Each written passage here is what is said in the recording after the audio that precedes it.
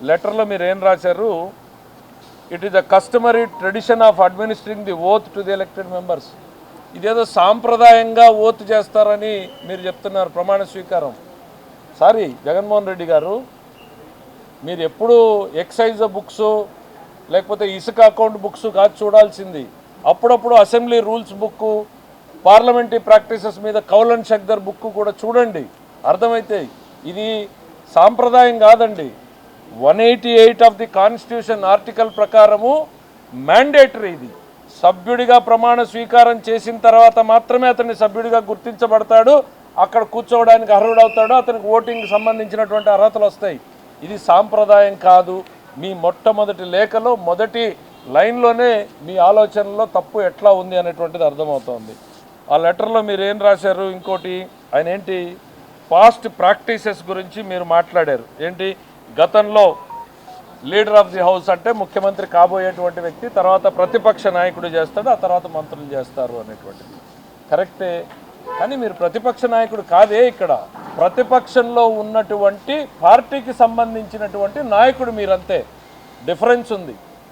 Floor leader అంటారు మిమ్మల్ని, పార్లమెంట్లో గ్రూప్ లీడర్ అంటారు, శాసనసభలో మనం ఫ్లోర్ లీడర్ అంటాం. మీరు ఆ గ్రూపుకి నాయకుడు మాత్రమే తప్ప ప్రతిపక్ష హోదా కలిగినటువంటి ప్రతిపక్ష నాయకుడు కాదు. మీరేం చెప్పారు?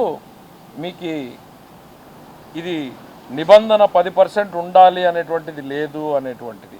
ప్రతిపక్ష నాయకుడి హోదాను డిసైడ్ చేసేటువంటిది చాలా స్పష్టమైనటువంటి డైరెక్టివ్స్ ఉన్నాయి. ఎవరు ఇంత మరీ ఓనమాలు కూడా చూసుకోకుండా ఎట్లా మీ చేత ఈ లేఖ రాయించారో మీకు వచ్చిన ఆలోచన నాకు అర్థం కాదు. ఇప్పుడు కాదండి, మన శాసనసభలో ఈ దేశంలో ఉన్న అన్ని శాసనసభలు ఫాలో అయ్యేటువంటి ప్రిన్సిపల్ అది. పార్లమెంట్లో ఎప్పుడో మొదటి స్పీకర్ మాల్వంకర్ గారు కొన్ని డైరెక్షన్స్ ఇచ్చారు. మీకు కాపీ కావాలంటే నేను పంపిస్తాను. అది మీకు మన అసెంబ్లీ రూల్స్ బుక్లో ఉండదు. అది ఎక్కడ దొరుకుతుంది మీకు? కౌలన్ షక్దర్ బుక్లో 1964లో ఏం జరిగింది, ఆ తర్వాత ఏం జరిగింది, ఆ తర్వాత ఏం జరిగింది అనేటువంటి డీటెయిల్స్ చాలా డీటెయిల్డ్గా ఉన్నాయి. దాంట్లో మీకు ఒక పేజ్ ఎక్స్ట్రాక్ట్ మీకు పంపిస్తాను. దాంట్లో ఒక లైన్ మీకు చదివి వినిపిస్తాను. ప్రతిపక్ష నాయకుడి హోదా ఎవరికి ఇవ్వాలి అనే దాని మీద మొదటి స్పీకర్ గారు నిబంధనలు పెట్టారు. ఈ రోజుకి కూడా ఆ డైరెక్టివ్స్నే భారతదేశంలో ఉన్న ప్రతి శాసనసభ కూడా ఫాలో అవుతుంది. ఏం దాంట్లో 3-4 ఉన్నాయి. ప్రధానమైనది మీకు సంబంధించి మాత్రం చదువుతాను. Shall have at least a strength equal to the quorum fixed to constitute a sitting of the house, that is 1/10 of the total number of the members of the house.